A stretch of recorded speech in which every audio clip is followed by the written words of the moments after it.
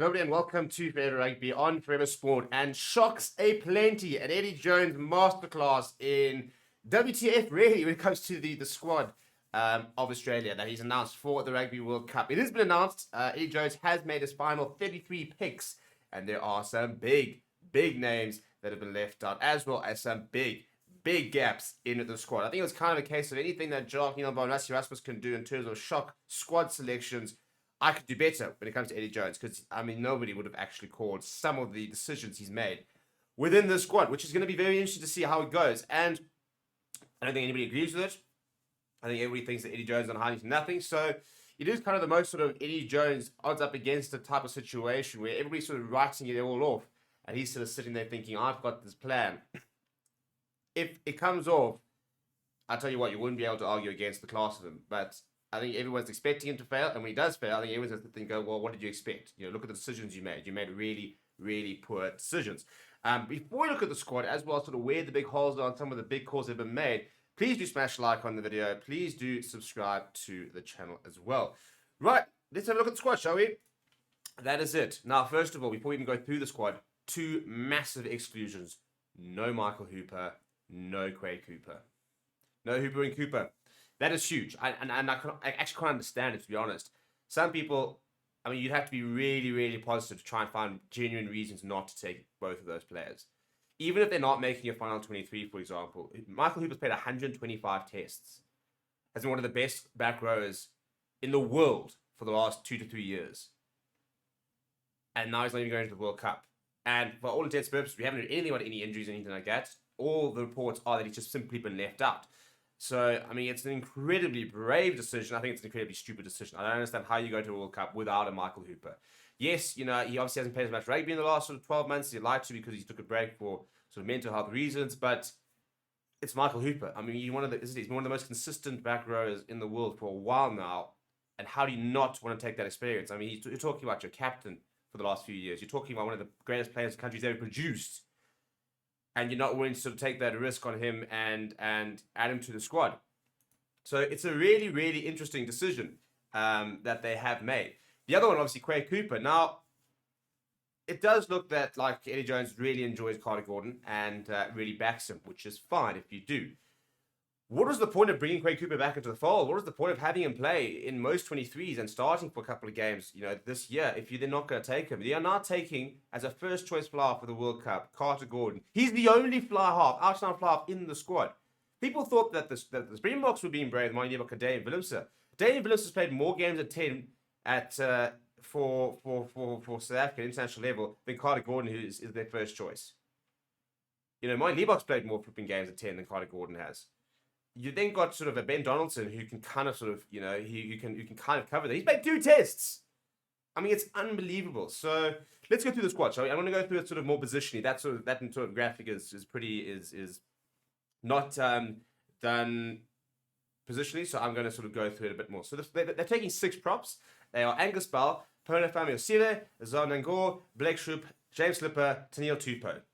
First of all, huge that Tupou is obviously going to be able to recover from that injury here. There's a rib injury, and he will be going. That's a big boost for them. James Slipper, not the captain, by the way.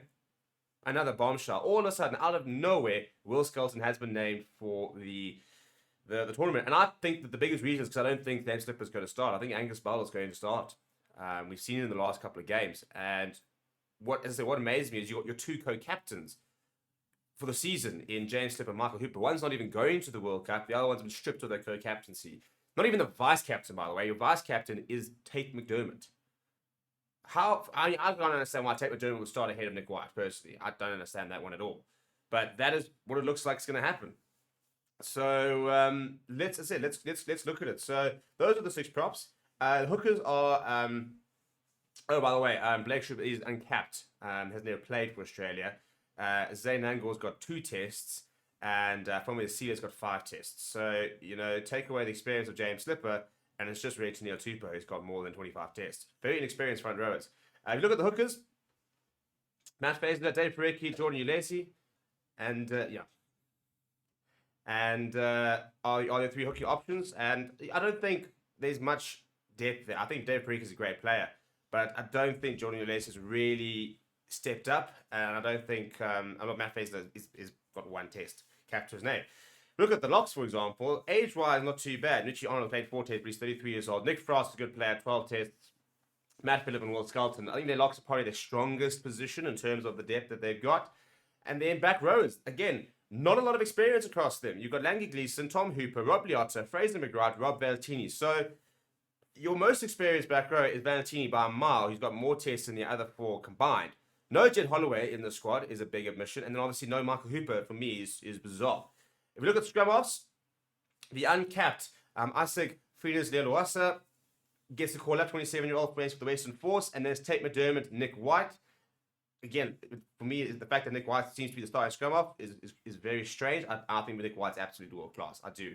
I know a lot of people don't like him. He's a very easy character to dislike, but I think if you look at his ability and his class, I think he's a great player. Fly half's just the one in Carter Gordon, who's played 4 tests, 22-year-old. So no pressure, Carter Gordon, but off you go. Look at the centres. Lalakai Paketti, Soma Karevi, Isaiah Perezi, Jordan Bataya. No Ling Ikitau is a huge blow. Absolutely huge blow. He's probably their best centre. Him and Karevi will be their best centre partnership.